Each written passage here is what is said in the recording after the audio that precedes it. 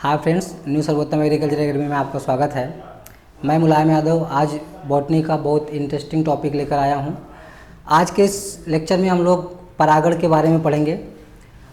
परागण से जो क्वेश्चन कृषि विश्वविद्यालयों में और विभिन्न प्रकार के एग्रीकल्चर से रिलेटेड जो कम्पिटिटिव एग्ज़ाम होते हैं उसमें पूछे जाते हैं।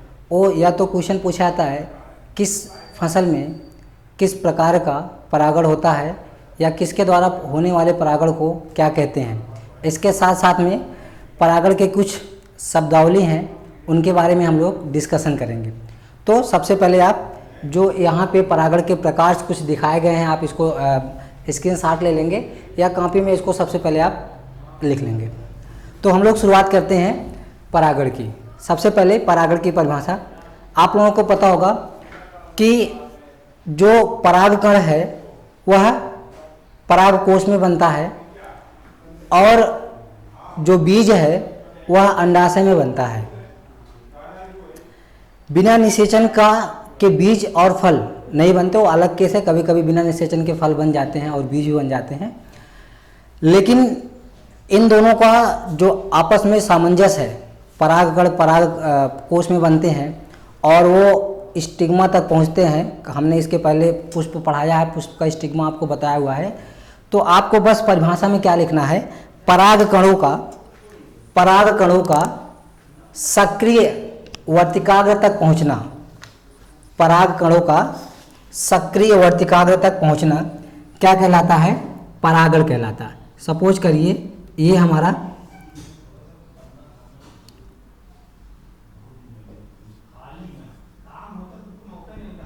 ये परागकोश है और ये प्लांट का स्टिग्मा है। परागकणों का सक्रिय वर्तिकाग्र तक पहुंचना क्या कहलाता है, परागण कहलाता है। परागण कहलाता है। अब यह जो परागण होता है, परागकण स्टिग्मा पर कई माध्यम से पहुंचते हैं। माध्यम की बात करें तो ये या तो कुछ हमारे द्विलिंगी पुष्प होते हैं जिसमें एक ही साथ नर और मादा पुष्प होते हैं। तो जब परागकणों का स्फुटन होता है तो परागकण काफ़ी तेज़ी से फटते हैं, परागकोश फटता है, जिससे परागकण वहाँ पर पहुँच जाता है वर्तिकाग्र पर। ये स्वपरागण होता है। लेकिन जब कभी कभी जो वर्तिकाग्र है वो काफ़ी दूर होती है और परागकोश से, तो परागकोश का जो परागकण है किसी माध्यम द्वारा वहाँ तक पहुँचाया जाता है। तो अगर किसी माध्यम द्वारा परागकण वर्तिकाग्र तक पहुँचता है तो उसको हम लोग कहते हैं, उसको कहा जाता है परपरागण। परपरागण के भी हम एक्चुअल डिफिनीशन आपको बताएंगे। स्वपरागण में किसी मीडियम की आवश्यकता, माध्यम की आवश्यकता नहीं होती है। परपरागण में माध्यम की आवश्यकता होती है। कृत्रिम जो हमारा कृत्रिम पॉलिनेशन होता है, आर्टिफिशियल पॉलिनेशन, कृत्रिम परागण, इसमें मनुष्यों द्वारा आर्टिफिशियल रूप से जो स्टिग्मा होता है वहाँ पर परागकणों को रखा जाता है निषेचन के लिए। अब जो परागण है, परागण में परपरागण की अगर हम लोग बात करें तो इसका जो माध्यम है, एक तो वायु द्वारा भी परपरागण होता है। लगभग ज़्यादातर केसों में वायु द्वारा ही परपरागण होता है, जिनके परागकण बहुत हल्के होते हैं और ये वायु के माध्यम से स्टिग्मा तक पहुंच जाते हैं। दूसरा जंतुओं के द्वारा, सबसे ज़्यादा जंतु परागण होता है। हमारे विभिन्न प्रकार के जो जंतु होते हैं वो पॉलिनेटर होते हैं। खास करके कीट, सभी कीट मुख्य रूप से पॉलिनेटर होते हैं और ये परागण की क्रिया करते हैं। और इसमें पक्षी भी काफ़ी माध्यम में परागण का स्रोत है। इसके अलावा चमगादड़ है, घोंघा है और हाथी, ये सब क्या हैं, जंतुओं द्वारा परागण के प्रकार हैं। इसके अलावा आपका जल के द्वारा भी परागण होता है। तो हम एक एक की बात करेंगे। सबसे पहले हम परागण की परिभाषा लिखेंगे परागकणों का सक्रिय वर्तिकाग्र तक पहुंचना परागण कहलाता है। परागकणों का सक्रिय वर्तिकाग्र तक पहुंचना परागण कहलाता है। अब हेडिंग डालेंगे परागण के प्रकार। तो लिखेंगे परागण मुख्य रूप से दो प्रकार के होते हैं। यहाँ पे हमने आपको 3 प्रकार बताया है। कृत्रिम परागण बहुत लेस होता है, मुख्य रूप से किताबों में जो डिस्क्राइब किया गया है, वो दो ही प्रकार के परागण हैं, स्वपरागण और परपरागण। स्वपरागण और परपरागण, परागण दो प्रकार के होते हैं। तो सबसे पहले हम लोग बात करते हैं स्वपरागण की। स्वपरागण में सबसे पहले देखते हैं कि इसकी डिफिनीशन क्या है। तो स्वपरागण की आप लिखेंगे डिफिनीशन, परिभाषा, इसमें लिखेंगे जब किसी पुष्प के परागकण उसी पुष्प के स्टिग्मा पर, जब किसी पुष्प के परागकण उसी पुष्प के स्टिग्मा पर पड़ते हैं या उसी पौधे के किसी दूसरे पुष्प के स्टिग्मा पर पड़ते हैं तो यह दशा स्वपरागण कहलाती है। यह दशा स्वपरागण कहलाती है, जिसको सेल्फ पॉलिनेशन कहते हैं। सेल्फ पॉलिनेशन का शाब्दिक मीनिंग क्या हो गया? एक्चुअली होता क्या है कि सपोज करिए कोई एक प्लांट है, इसमें कुछ 3 तरह के पुष्प हैं।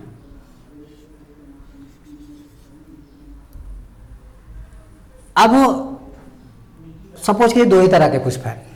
अब इस पुष्प में आपको पता है मेल गैमेट भी है, मतलब स्टिग्मा भी है और ओवरी भी है। नर और मादा दोनों एक ही पुष्प में है, स्वपरागण हो गया। और इसमें भी वही सेम कंडीशन है। तो इस कंडीशन में क्या है कि अगर इस पुष्प का, ये जो पुष्प है, इस पुष्प का जो परागकण है, पुष्प का परागकण उसी पुष्प के स्टिग्मा पर पड़े तो यह क्या हो गया? स्वपरागण। या उसी पौधे के किसी दूसरे पुष्प के स्टिग्मा पर पड़े तो ये भी क्या हो गया? स्वपरागण। अब स्वपरागण एक विशेष प्रकार का स्वपरागण होता है। अगर किसी एक ही पौधे के 2 अलग अलग पुष्प आपस में परागित होते हैं तो उसको कहा जाता है, उसको क्या कहा जाता है? क्लिस्टोगैमी कहा जाता है। क्या कहा जाता है? क्लिस्टोगैमी, गिटैनोगैमी कहा जाता है। सॉरी, क्या कहते हैं भैया? गिटैनोगैमी। क्लिस्टोगैमी भी हम बाद में बात करते हैं। गिटैनोगैमी एक्चुअली गिटैनोगैमी होता क्या है? जब गिटैनोगैमी की परिभाषा लिख लेंगे, जब किसी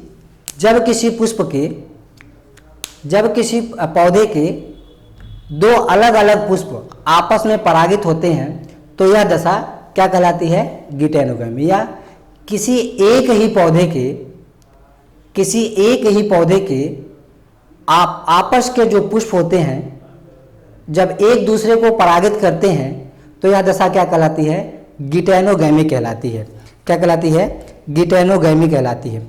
अब हम लोग बात करते हैं एक स्वपरागण को प्रमोट करने वाले या बढ़ावा देने वाले कारक के बारे में। स्वपरागण को बढ़ावा देने वाले कारक कौन कौन से हैं? एक तो स्वपरागण को बढ़ावा देने वाला जो कारक है वो क्या है? पुष्प का द्विलिंगी होना। पुष्प का, आप सभी लोग लिख लेंगे, पुष्प का द्विलिंगी होना किसको बढ़ावा देता है? स्वपरागण का। मतलब स्वपरागण के केस में पुष्प द्विलिंगी होता है। द्विलिंगी। दूसरा, अगर हम लोग बढ़ावा देने की बात अगर हम लोग करें, समकाल पक्वता। समकाल पक्वता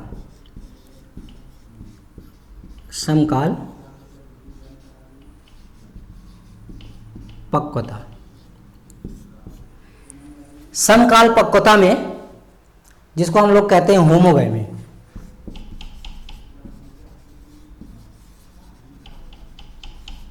होमोगैमी, समकाल पक्वता। समकाल पक्वता क्या होता है? जब किसी एक ही पुष्प के, इसकी परिभाषा लिख लेंगे, जब किसी एक ही पुष्प के दोनों नर और मादा भाग एक ही समय पर परिपक्व होते हैं, मैच्योर होते हैं, परिपक्व होते हैं तो यह दशा कहलाती है समकाल पक्वता। तो समकाल पक्वता में दोनों एक साथ मैच्योर होते हैं तो आसानी से इनका पॉलिनेशन हो जाता है और निषेचन हो जाता है। द्विलिंगी पुष्प का होना और समकाल पक्वता किसको बढ़ावा देते हैं? स्वपरागण को बढ़ावा देते हैं। इसके बाद हम लोग बात करते हैं स्वपरागण से लाभ क्या है। तो स्वपरागण से जो लाभ है उसमें यह है कि स्वपरागित पुष्पों को परागण के लिए किसी दूसरे पुष्प पर निर्भर नहीं रहना पड़ता है। दूसरा यह है कि स्वपरागण से बने जो बीज होते हैं, सीड, बीज शुद्ध वंश के होते हैं।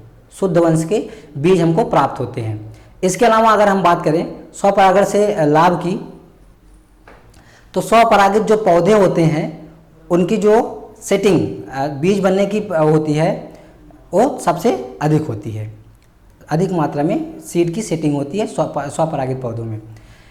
इसके बाद हम बात करते हैं इससे हानियाँ क्या है। हर चीज़ का अपना एक महत्व होता है और उसका डिसएडवांटेज भी होता है। तो अगर हम स्वपरागण से हानियों की बात करें, सेल्फ पॉलिनेशन से, तो स्वपरागण की जो हानियाँ हैं, इससे जो बीज बनते हैं उनकी गुणवत्ता दिन प्रतिदिन कम होती जाती है, गुणवत्ता कम होती जाती है। बीज का आकार जो है वो धीरे धीरे घटता जाता है। तो इस तरह से इनकी जो दो हानियाँ हैं। इसके बाद यहाँ पे हमारा स्वपरागण समाप्त हुआ। ज़्यादातर का पौधे जो है स्वपरागित होते हैं, तो इसमें हम आपको एग्जाम्पल नहीं लिखवाएंगे। उसके बाद कृत्रिम परागण की बात करते हैं। कृत्रिम परागण में जब मानव द्वारा पराग कणों को वर्तिकाग्र तक पहुँचाया जाता है तो यह दशा क्या कहलाती है? कृत्रिम परागण कहलाती है। इसमें ज़्यादा कुछ पढ़ने का नहीं। ब्रीडर जो हमारे होते हैं, जो प्रजातियों को डेवलप करते हैं, वो कृत्रिम परागण के द्वारा नई नई प्रजातियाँ बनाते हैं, डेवलप करते हैं। उसके बाद पर परागण की बात आती है। पर परागण में क्या है? जब किसी दो अलग अलग पौधों के पुष्प आपस में परागित होते हैं तो यह दशा क्या कहलाती है? पर परागण। सपोज करिए यहाँ पर हम दो पौधे हमारे पास हैं,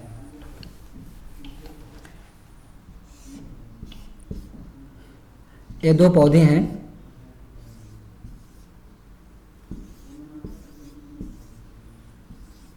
और इनका पुष्प है।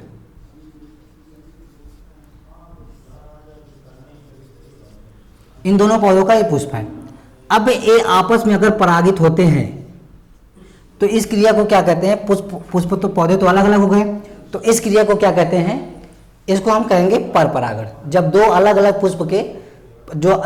अलग अलग पौधों के पुष्प आपस में परागित होते हैं तो यह दशा क्या कहलाती है? पर परागण कहलाती है। अगला हम लोग बात करते हैं पर परागण की जो दशाएं हैं। एक तो आपको मालूम है, इसके अलावा स्वपरागण को एक और दशा ज़्यादातर प्रमोट करती है, बढ़ावा देती है, क्लिस्टोगैमी। क्लिस्टोगैमी की परिभाषा आप लोग लिख लेंगे। क्लिस्टोगैमी क्या है?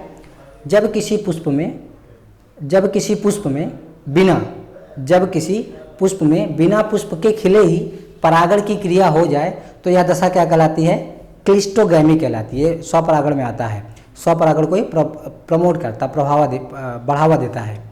मीन्स जब किसी पुष्प में परागण की क्रिया पुष्प के बंद अवस्था में बिना खिले ही हो जाए या खुले हो जाए तो यह दशा क्या कहलाती है? क्लिस्टोगैमी कहलाती है। आंसर क्वेश्चन लिखेंगे क्लिस्टोगैमी दशा किसमें पाई जाती है? तो लिखेंगे कनकौवा, मूंगफली, खट्टी बूटी और गुल मेहंदी में। कनकौवा, मूंगफली, खट्टी बूटी और गुल मेहंदी में कौन सी दशा पाई जाती है? क्लिस्टोगैमी, जिसको हम लोग कहते हैं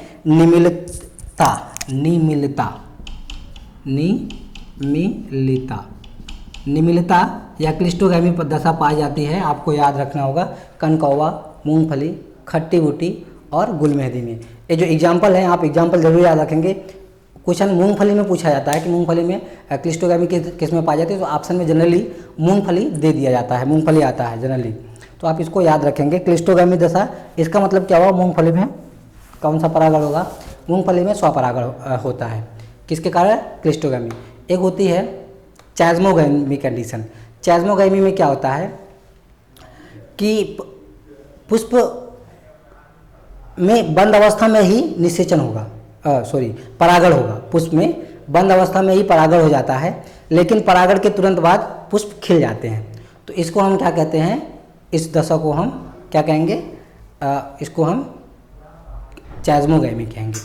क्लिस्टोगैमी में पुष्प कभी नहीं खुलता, चैज़्मोगैमी में परागण के तुरंत बाद पुष्प खुल जाते हैं।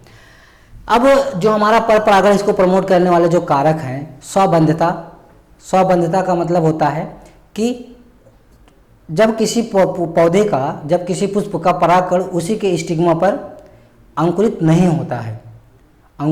होता है तो यह दशा क्या कहलाती है? स्वबंधता कहलाती है। इसके अलावा और पर परागण को प्रमोट करने वाले जो कारक हैं, उसमें आपको पता है एक लिंगी पुष्प का होना। एक लिंगी पुष्प अगर है तो उसमें वो परागण के लिए किसी दूसरे पुष्प पर निर्भर करेगा और वो पुष्प दूसरा जो पुष्प है किसी दूसरे पौधे का हो सकता है। इसके अलावा इसको बढ़ावा देने वाला, पर परागण को बढ़ावा देने वाला और जो फैक्टर है डाइकैनोगैमी या डाइकोगैमी, काफ़ी इंपॉर्टेंट है। डाइकोगैमी विषम काल पक्वता,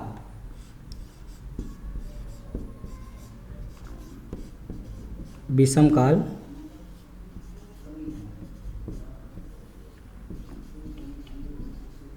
पक्वता, विषम काल पक्वता एक्चुअली जिसको हम लोग इंग्लिश में क्या कहते हैं, डाइकोगैमी कहते हैं।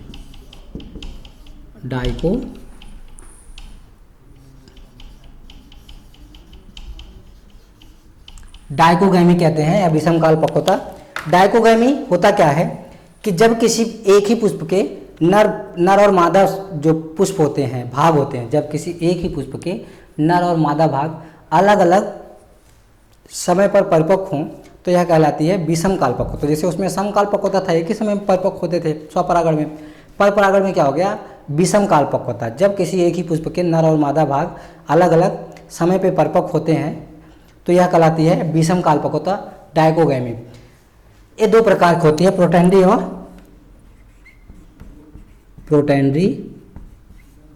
प्रोटोगानी।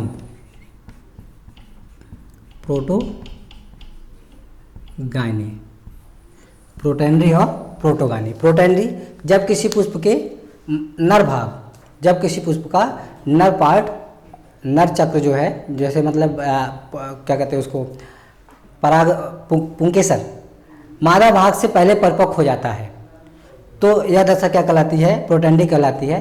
प्रोटेंड्री दशा आप लोगों को मालूम है मक्के में पाई जाती है। प्रोटेंड्री दशा किस में पाई जाती है, मक्के में मुख्य रूप से पाई जाती है।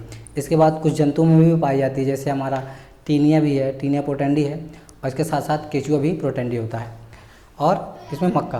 प्रोटोगानी का मतलब होता है कि जब नर पुष्प से के नर भाग के पहले, पुष्प के नर भाग के पहले मादा भाग परिपक्व होता है तो यह दशा प्रोटोगानी कहलाती है। प्रोटोगानी दशा आपको पता है बाजरे में पाई जाती है। तो एक इसको प्रमोट करते हैं, एक प्रमोट करते हैं पर परागण को। अब पर परागण की अगर हम लोग बात और आगे तक ले जाएं तो पर परागण के प्रकार हैं। पर परागण में क्या है कि माध्यम की आवश्यकता होती है परागकणों को एक पुष्प से दूसरे पुष्प में ले जाने के लिए। तो माध्यम जनरली कौन होते हैं, या तो वायु होगा, या तो जंतु होगा, या जल होगा। तो इनके द्वारा ही परागण होता है। तो पर परागण का जो प्रकार है वो मुख्य रूप से 3 प्रकार का होता है। वायु परागण, क्वेश्चन पूछा गया वायु द्वारा होने वाले परागण को क्या कहते हैं, एनेमोफिली। जंतु परागण जूफिली, और जल परागण हाइड्रोफिली कहलाते हैं। अब हम हेडिंग डालेंगे वायु परागण।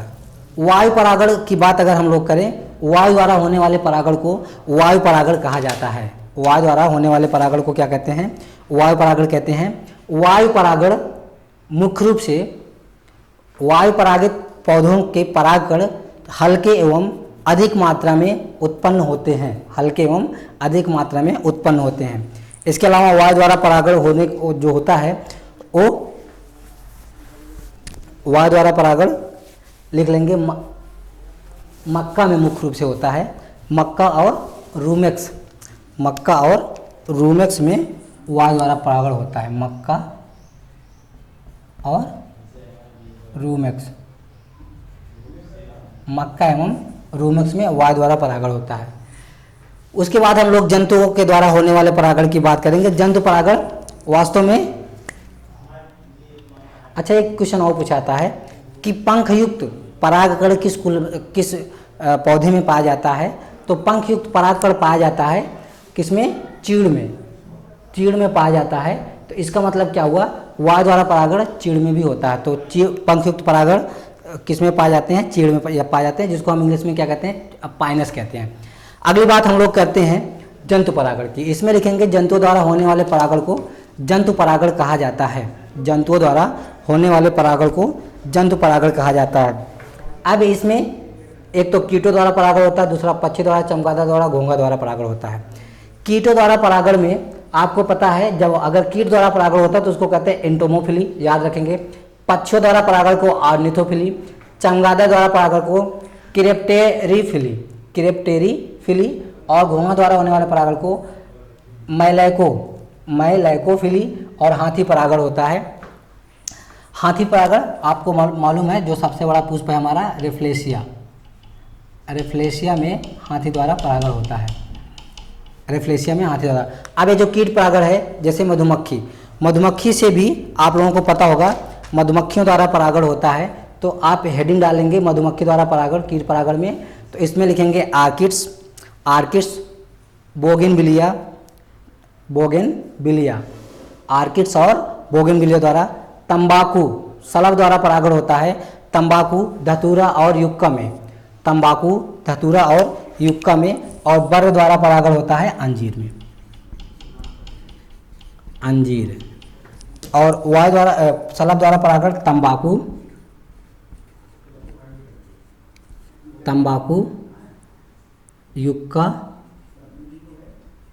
में किसके द्वारा होता है? शलभ द्वारा परागण होता है तंबाकू में, और तंबाकू में और युक्का में होता है, इसके साथ साथ में धतूरा में। और मधुमक्खी द्वारा आपको हमने बता दिया कि आर्किड और बोगेनविलिया में परागण होता है। इसके बाद पक्षियों द्वारा परागण, पक्षियों द्वारा होने वाले परागण को हम लोग क्या कहते हैं? ऑर्निथोफिली कहते हैं। तो एक क्वेश्चन पूछा जाता है कि गुंजन करने वाले पक्षी द्वारा परागण क्या कहलाता है? पक्षियों द्वारा परागण किस में होता है? गुंजन करने वाले पक्षी द्वारा परागण बिग्नोनिया में, जो हमारा गुंजन करने वाली पक्षी है इसके द्वारा परागण होता है बिग्नोनिया, बिग्नोनिया आप लोग लिख लेंगे। इसके बाद चमगादड़ द्वारा परागण बहुत इंपॉर्टेंट है और कई बार आया हुआ है कि चमगादड़ द्वारा परागण किस में होता है? तो कचनार, कदम और कचनार और कदम में, कचनार एवं कदम, कचनार और कदम में किसके द्वारा परागण होता है? चमगादड़ द्वारा परागण होता है। नेक्स्ट अगर हम लोग बात करें घोंघे द्वारा परागण, तो सर्प, पादप और जमीकंद, इसके द्वारा परागण जो है सर्प, पादप और जमीकंद, सर्प, पादप और जमीकंद में घोंघा द्वारा परागण होता है, सर्प, पादप और जमीकंद में घोंघे द्वारा परागण होता है। इसके बाद हम लोग बात करते हैं हाथी द्वारा परागण। हाथी द्वारा परागण रेफ्लेशिया में होता है। बात है कि रेफ्लेशिया में जो परागण होता है, कभी कभी क्वेश्चन पूछा जाता है, उसमें ऑप्शन में हाथी नहीं आता है, उसमें कभी कभी घरेलू मक्खी दे देता है। तो एक्चुअली हाथी वास्तव में उन मक्खियों को उड़ाने का काम करती है, तो उसको हाथी को भी इसमें शामिल किया गया है। तो इसमें रेफ्लेशिया में हाथी द्वारा और घरेलू मक्खी द्वारा परागण की क्रिया होती है। इसके बाद जल द्वारा परागण, जल द्वारा परागण में सिरेटोफिलम और सिरेटोफिलम, सिरेटोफिलम, बैलिस्नेरिया और हाइड्रिला,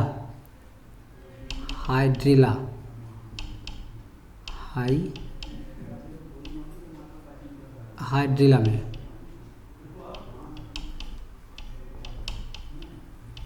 सिरेटोफिलम, बैलिस्नेरिया और हाइड्रा में किसके द्वारा परागण होता है?